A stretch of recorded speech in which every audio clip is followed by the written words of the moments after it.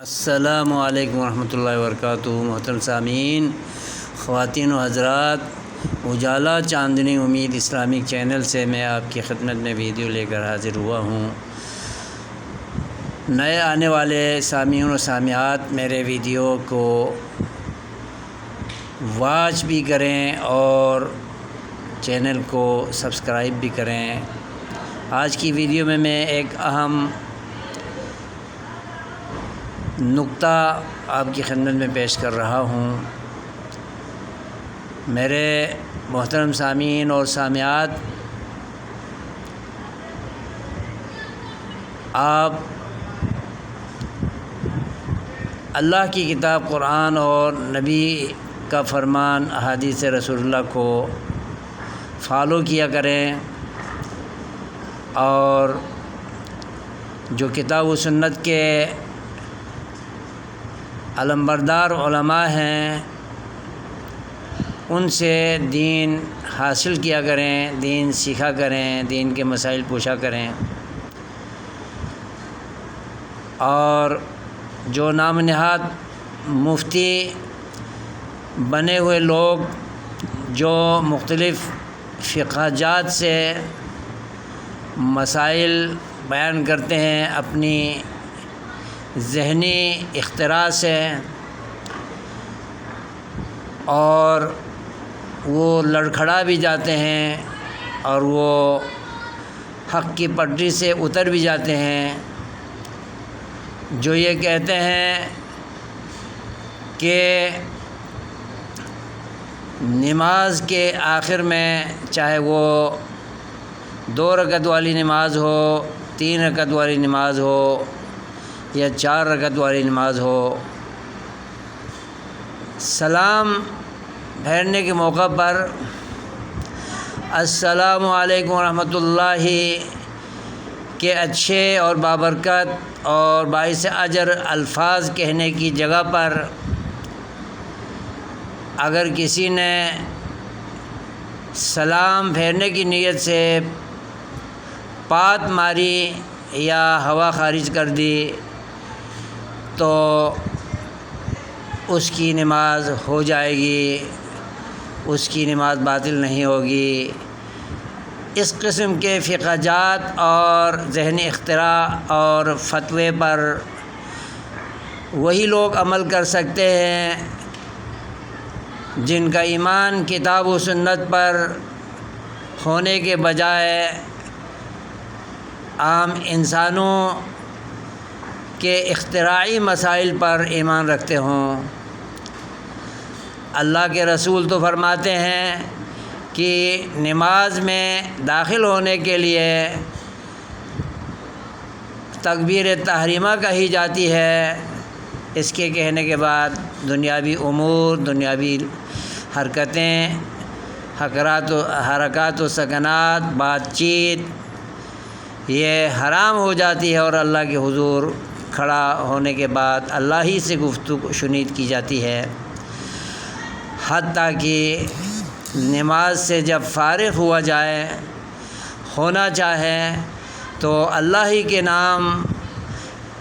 سے نماز میں فارغ ہونے کے لیے السلام علیکم ورحمۃ اللہ وبرکاتہ کے الفاظ کہے جاتے ہیں،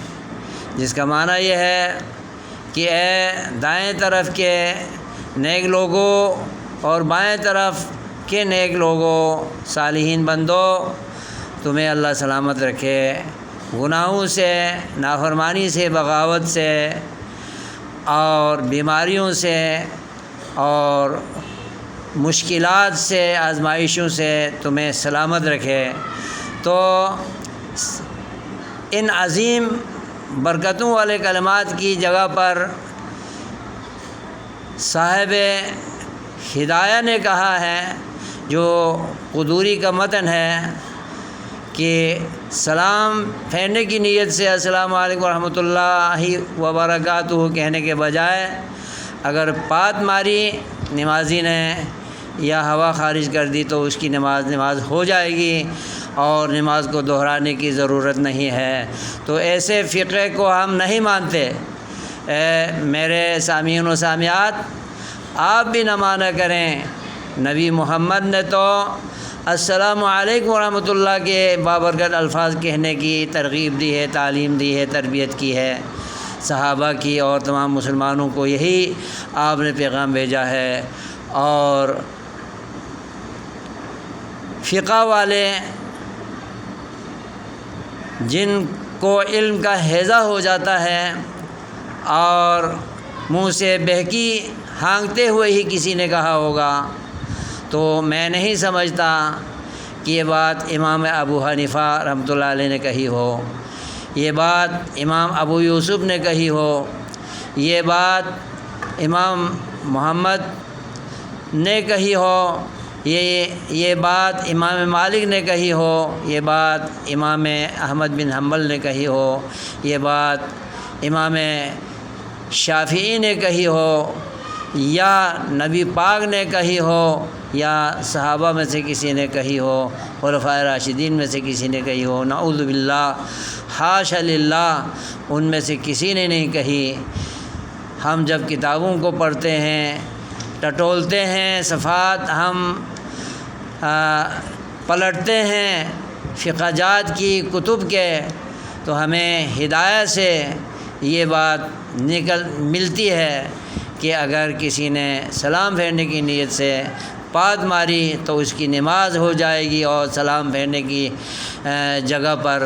یہ پاد کام آئے گی۔ نعوذ باللہ من ذالک، نعوذ باللہ من ذالک، نعوذ باللہ من ذالک۔ ایسے فقہوں کو دیوار پہ مارنا چاہیے، اور نبی محمد صلی اللہ علیہ وسلم کے فرمان کو سر آنکھوں پہ رکھنا چاہیے، اور جو آپ فرماتے ہیں کہ سلام پھیرنے کے لیے السلام علیکم ورحمۃ اللہ کے الفاظ کہے جائیں گے، تو نبی محمد صلی اللہ علیہ وسلم کے فرمان کے مقابلے میں جب ایک صاحب فقہ یہ کہتا ہے کہ پات مار دے، ہوا خارج کر دے، بے وضو ہو جائے، عمدن جان بوجھ کر اس کام کو کرے، تو اس کی نماز نہ باطل ہوگی، نہ فاسد ہوگی، نہ دوبارہ دہرانے کی ضرورت ہے۔ تو اس قسم کے فتویٰ جات ہمیں فقہ کی کتابوں سے ملتے ہیں۔ میرے سامعین و سامعات، ایسے فتویٰ جات پر عمل کریں گے تو کیا ہم ہدایت پر رہیں گے؟ ہم تو ہدایت کی پٹری سے اتر جائیں گے، ہم سنت سے بدعت کی طرف اور طاعت سے معصیت کی طرف چلے جائیں گے، اور جنت سے دوزخ کی طرف چلے جائیں گے۔ آپ غور کریں، کتاب و سنت کا مطالعہ کریں، کتاب و سنت سے اپنے مسائل کو اخذ کیا کریں، کتاب و سنت کے داعی علماء سے اپنے مسائل دین اور احکام دین معلوم کیا کیجئے، ان سے استفتاء کیجئے، ان سے مسائل معلوم کیجئے، اور کتاب و سنت ہی سے اپنے دین کے تمام عقائد و عبادات و اعمال اور مسائل و احکام کو لیا کریں، تاکہ ہدایت پر چلتے رہیں اور جنت کا حصول ہمارا یقینی ہو جائے۔ ورنہ یہ مختلف احادیث و قرآن سے ٹکرانے والی باتوں کو فقہ میں شامل کر کے ائمہ دین کو، فقہائے کرام کو بھی بدنام کیا جاتا ہے، اور فتاوی عالمگیری کے حوالے سے بھی یہ مشہور ہے، اس میں مذکور ہے۔ آج کل انہوں نے حذف کیا تو کیا، پرانے فتاوی عالمگیری میں یہ بات مذکور تھی کہ اگر سورہ فاتحہ کو نعوذ باللہ پیشاب سے لکھا جائے تو کوئی گناہ نہیں ہے، نعوذ باللہ۔ اس قسم کی باتیں امام ابو حنیفہ کی طرف منسوب کی جاتی ہیں، ہم سمجھتے ہیں کہ یہ ان پر الزام تراشی ہے، اور یہ بہتان تراشی ہے۔ لوگوں نے اپنے منہ سے بہکی باتیں ہانک کر ائمہ دین کو بدنام کرنا بھی بہت بڑا گناہ کبیرہ ہے، کیونکہ یہ بہتان ہے، اور بہتان گناہ کبیرہ میں سر فہرست شمار ہے۔ اس لیے کتاب و سنت کی پیروی کیجیے، سب مسائل احادیث سے اخذ کیجئے، قرآن سے اخذ کیجئے، قرآن و سنت دونوں سے اخذ کیجئے، اور کتاب و سنت کے داعی علماء سے ہی اپنے دین اور عقیدہ اور عمل احکام و مسائل معلوم کرنے کی کوشش کیجیے۔ جو لوگ فقہ کی طرف بلاتے ہیں اور فقہ والے حدیث سے استدلال کرنے والوں کو برا بھلا کہتے ہیں کہ یہ کیا جانیں، جو حدیث پڑھ کر مسائل اخذ کرتے ہیں انہیں مسائل کا کچھ نہیں پتہ چلتا۔ میں سمجھتا ہوں جو اس طرح کی باتیں کرنے والے ہی وہ جہالت میں مبتلا ہے، لا علمی میں مبتلا ہیں، علم سے نابلد اور علم سے پیدل ہیں۔ اگرچہ وہ اپنے آپ کو مفتی کیوں نہ کہلاتے ہوں، علامہ کیوں نہ کہلاتے ہوں، اور مجدد اسلام اور مجدد دین کیوں نہ کہلاتے ہوں، وہ نام رکھنے سے کچھ نہیں ہوتا۔ کتاب و سنت کی پیروی کرنے سے اور کتاب و سنت سے مسائل اخذ کرنے سے ہی بات بنتی ہے، اور اللہ کی اطاعت عمل میں آتی ہے، اور اللہ کی فرمانبرداری، شریعت کی تابعداری، اسلام کی وفاداری سب کتاب و سنت کے علوم سے مسائل اخذ کرنے میں ہی حاصل ہوتی ہے۔ اور نام رکھ کر کہ فقہ والے ہی مسائل کو جان سکتے ہیں، یہ بات بالکل غلط ہے۔ فقہ اصل میں کتاب و سنت ہی کو کہتے ہیں، اور کتاب و سنت سے حاصل ہونے والے فہم کو کہتے ہیں، جو کتاب و سنت سے حاصل کیے جا سکتے ہیں، اور اسی پر ہمیں عمل پیرا ہونا چاہیے۔ اللہ تعالی ہمیں سمجھ کی توفیق عطا فرمائے۔ آمین۔ والسلام علیکم ورحمۃ اللہ۔